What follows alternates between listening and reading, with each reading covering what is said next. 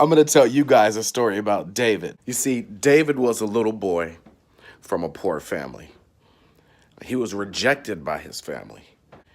He had a father and he had 7 brothers. So because David was hated on so much by his people, they made David work out in the forest as a shepherd. So the sons go off to war to battle the Philistines. One day, David's father hollered at him, and he was like, yo, David, here's what I need you to do. I need you to roll over to the battleground, and I need you to take your brother's lunch. Son that he is, David went to go take these jokers some lunch, you know what I'm saying? And he took them some water.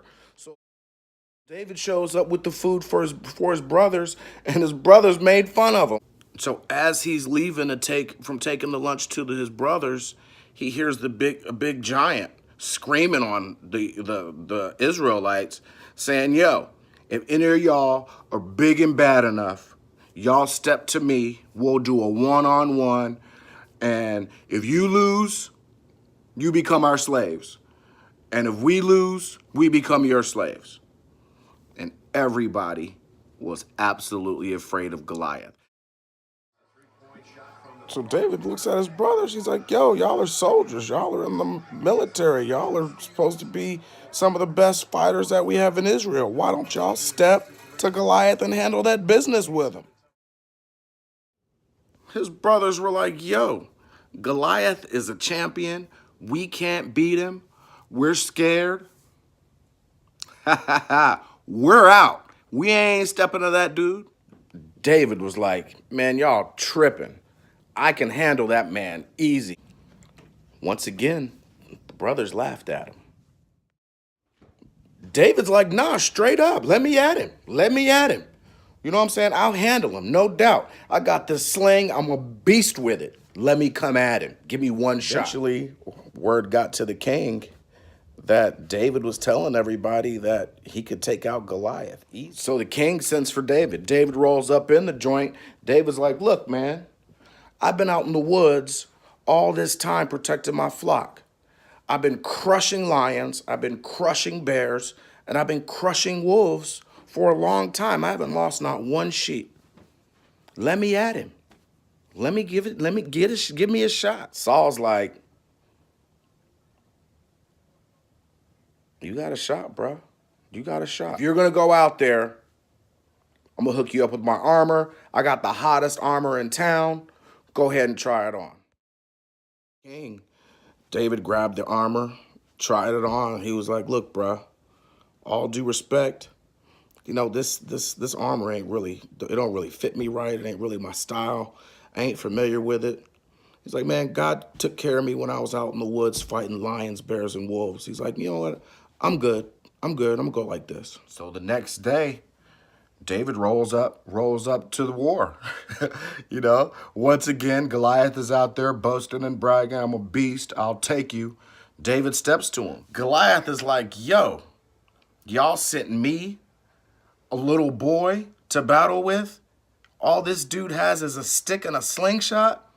Come on now, son. David's like, look, man, I got God on my side. I can take you. You think we gonna be your slaves? By the time I finish with you, you're gonna be ours. Goliath said, your God is suspect. Y'all about to be my slaves. Let's do this. Goliath, 10 feet tall, legs like tree trunks, rolls up on David, starts running towards him. David reaches in his bag, grabs a rock, slings the rock at Goliath, nailed him direct center in his forehead.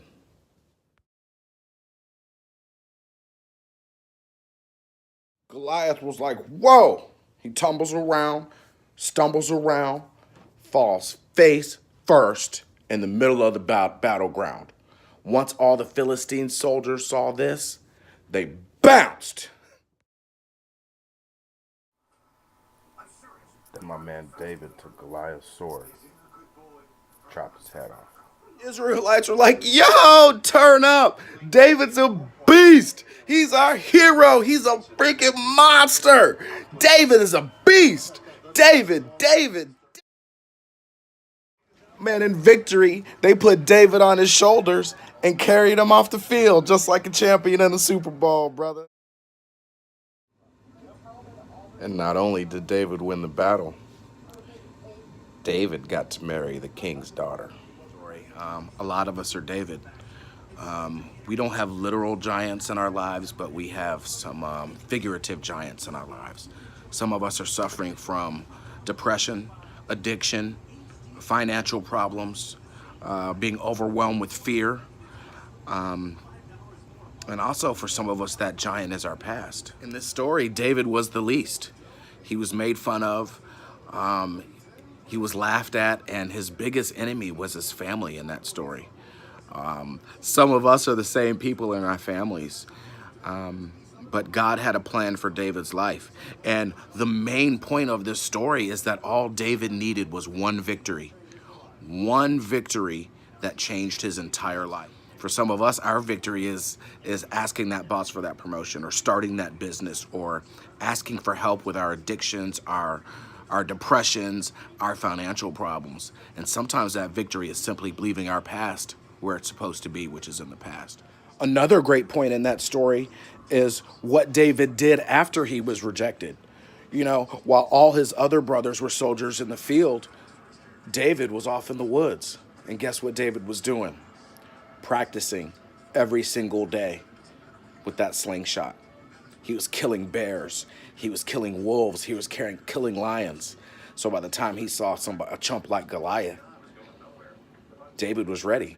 So what are you doing while you're waiting for your victory? What are you doing while you're waiting on God to bring you to your calling? Another major point in that story was, David had the opportunity to fight Goliath by sharing his testimony. You got to remember, David rolled up to the king and said, look, here's what God did. God helped me kill bears. God helped me kill lions. God helped me save my flock. So I know God's going to help me now. Last and final point of the David story. The giant, right? David didn't view the giant as something he should be afraid of. David looked at the giant as an opportunity. He said to himself, if I beat this giant, not only can I show people how powerful God is, God's bigger than the giant, but I can also show that that the faith that I had before will work in the future. See, the faith that David grew in the woods protecting his flock was the same faith that he brought to defeat the giant. And at the end of the story, God brought him from who he was to who he was supposed to be. And if David was scared, he would have never got there. So I hope you guys take away something for this. We all have giants in our lives, but if we look back on our past, there was a bunch of times that God showed up. And we have to have the faith to be confident that God's going to show up again. And while we're waiting for that victory, while we're waiting for that battle, while we're waiting to attack that big giant, we got to get prepared just the way David did. Trust and believe that was not the first time David shot his slingshot. But when he was ready, he prayed, and God made it happen. To God be the glory. Amen. Stay thirsty, my friends.